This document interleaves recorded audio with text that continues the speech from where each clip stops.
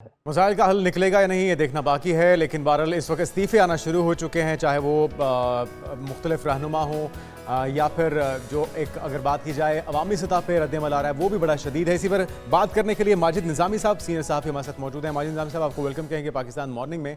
हमने देखा कि लीड करने में तो अली अमीन गंडापुर थे और बुशरा बीबी साहिबा थी, लेकिन इस्तीफ़े अगर देखा जाए तो सलमान अकरम राजा, हामिद रज़ा साहब और दीगर के आ रहे हैं। तो आपके ख्याल में रिस्पॉन्सिबल कौन है अगर ये शो नाकाम हुआ है या फ्लॉप हुआ है तो?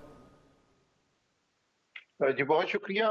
मुझे ऐसे लगता है कि तहरीक इंसाफ के इस एहतजाज को अगर दो मरहलों में तकसीम किया जाए, तो पहले हुँ, मरहले में तहरीक इंसाफ कामयाब हुई है कि जिसके अंदर उन्होंने कारकुनों को मोबिलाइज किया और वो एक बड़े काफिले के साथ रुकावटें अबूर करते हुए इस्लामाबाद डी चौक पहुंचने में कामयाब हो गए।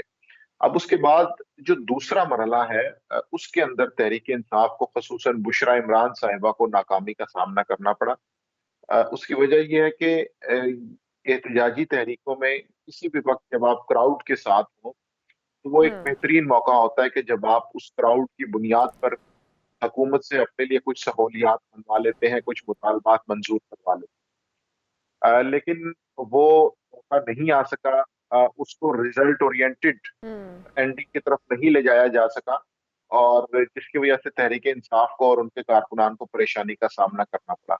इस बिल्कुल सारी ठीक। सूरत हाल के अंदर तहरीक इंसाफ की सेकंड फेज में जो नाकामी है वो अपनी जगह मौजूद है, हुँ, लेकिन इसके साथ साथ हुकूमती ऑपरेशन के नतीजे में होने वाले जुल्म और ज्यादती का हुँ, तज़किरा भी इसके साथ साथ किया जाना चाहिए। हुँ, क्योंकि उसके बाद से तहरीक इंसाफ का जो जलसा है या हुँ। मुजाहरा है वो मुंतशिर हो गया। अब तो देखना निज़ामी साहब, यह है हमने कि जब तहरीक मुंतशिर भी इंसाफ हुआ, हमने बुनियादी तौर देखा पे। निज़ामी साहब, जिस वक्त ये तमाम वहाँ पर एहतजाज हो रहा था वो मुंतशिर हुआ, तो हमने देखा उससे पहले ही बुशरा बीबी और जिस तरह से अली अमीन गंडापुर साहब जो है वो गाड़ी में भागे हैं, उनके ऊपर भी जो कारकुनान थे उनकी जानिब से पथराव किया जा रहा था और वो नाला नजर आए। और अब भी ना सिर्फ पार्टी के जो लीडरान हैं उनके अंदर इख्तलाफ राय है, बल्कि जो अवाम है वो भी इनसे बर्मिला नाराजगी का इजहार कर रहे हैं। नहीं लगता कि अब अवाम इनके साथ दोबारा निकलेंगे, गो कि इनकी आखिरी कॉल थी, लेकिन फिर भी कहा जा रहा है कि एहतजाज की कॉल खत्म नहीं हुई है, आगे भी एहतजाज होंगे और यही सिचुएशन रहेगी। तो क्या समझते हैं कि अवाम इनके साथ अब खड़े होंगे? और ये इसका कसूर, जिस तरह से जुनेद ने भी पूछा था कि कौन इसमें सारा किसको ब्लेम गेम जो चल रही है, ब्लेम जाता किसके ऊपर है, कौन कसूरवार रहा है इसमें? जी बिल्कुल, आपके सवाल के दो हिस्से हैं। पहले हिस्से में तो ये बात बिल्कुल अहम है कि तहरीक इंसाफ के अंदर इस वक्त अपनी स्ट्रेटेजी को रिवाइज करने की जरूरत है। हम्म, क्योंकि तहरीक इंसाफ के अंदर ये चीज वाज़ेह तौर पे नजर आती है कि वहां पे फैसला साज कुव्वतें कौन है इसका बिल्कुल नहीं पता। कभी बुशरा साहिबा का पलड़ा भारी हो जाता है, कभी वकला का पलड़ा भारी हो जाता है, और कभी सियासी रहनुमा जो है वो सामने आ जाते हैं। तो इस वक्त एक थ्री वे मेरा ख्याल है कि फाइट चल रही है विद इन पीटीआई की, जिसके अंदर ये देखा जा रहा है कि हम्म, किसका पलड़ा भारी होगा। क्योंकि ये मुजाहरा एक नाकामी की तरफ जा चुका है, तो इसलिए इस वक्त बुशरा इमरान साहिबा के ऊपर तनकीद की जा रही है कि उनकी स्ट्रेटेजी इस काबिल नहीं थी कि वो तहरीक इंसाफ को उससे को फायदा दिलवा सकती। इसलिए मैं समझता हूँ कि तहरीक इंसाफ के अंदर जो इस वक्त चीज चल रही है, हम्म, उसकी बुनियादी वजह यह है कि जुलूस तो वो लेके आ गए थे, धरना उन्होंने हम्म। देने का ऐलान कर दिया था, लेकिन प्लान बी क्या होगा, ऑप्शन बी क्या होगा, आगे का पता नहीं था कि उसके करना हवाले से क्या है पहुंच के। तैयारी अच्छा, मौजूद नहीं। निज़ामी साहब, ये भी कहा जा रहा है कि बुशरा बीबी को शायद उनसे मोबाइल भी छीन लिया गया है, उन्हें हब से भेजा में रखा जा रहा है। आपके पास कोई खबर है इससे मुतल्लिक? इसमें सदाकत है या ये सिर्फ अफवाह ही है? और दूसरा, गवर्नर राज के बारे में भी अफवाहें गर्दिश कर रही हैं। आपको लगता है कि हालात ऐसे बन चुके हैं कि अब गवर्नर राज शायद लगाना पड़ जाए? जी, जहां तक बुशरा इमरान साहिबा के हवाले से मामला है, तो इस हवाले से कोई ऐसी मुसद्दिका खबर सामने नहीं है, ये महज अफवाहें हैं। उसकी वजह ये है कि वो इस वक्त तहरीक इंसाफ को लीड कर रही हैं, और कोई भी रहनुमा इस मौके पर, जब इमरान खान जेल में है तो उनके साथ ऐसा करने का तस्वीर नहीं कर सकता।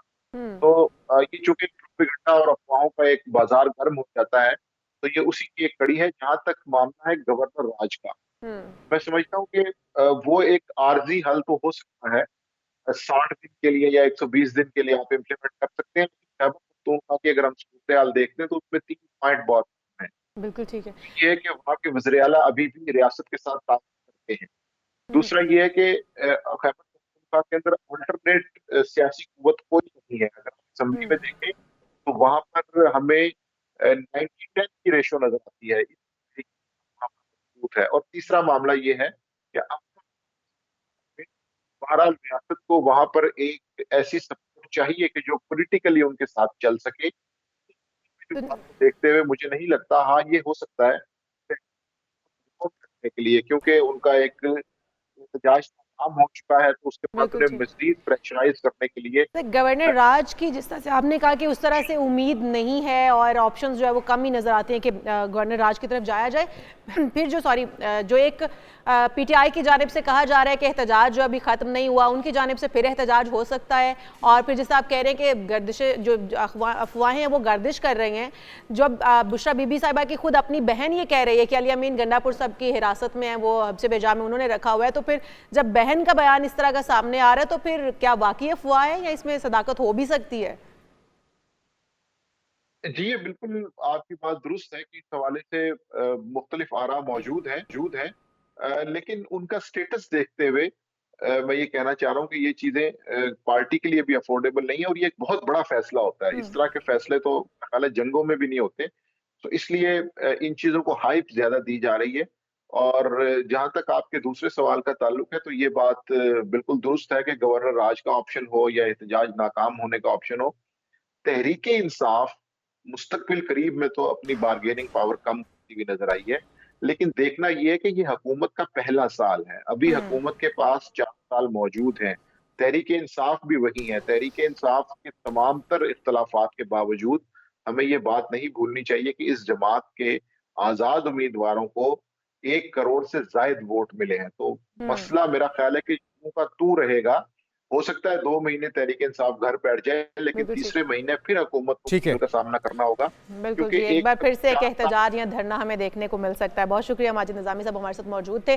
और जिस तरह से जुनेद कहे हैं कि पीटीआई शायद 1 से 2 महीने बर्दाश्त करेगी, उसके बाद फिर से एक नए जोश और नए वलवले के लेकिन साथ बहरहाल आवाम को जमा करेगी। 2014 से लेकर आज 2024 है, हम धरने एहतजाजों की सियासत देख रहे हैं, जिसकी वजह से पाकिस्तान की आवाम को हर लिहाज से बहुत ज़्यादा नुकसान उठाना पड़ रहा है। तो ये सिलसिला कम अज़ कम रुकना चाहिए ताकि पाकिस्तान आगे बढ़ सके।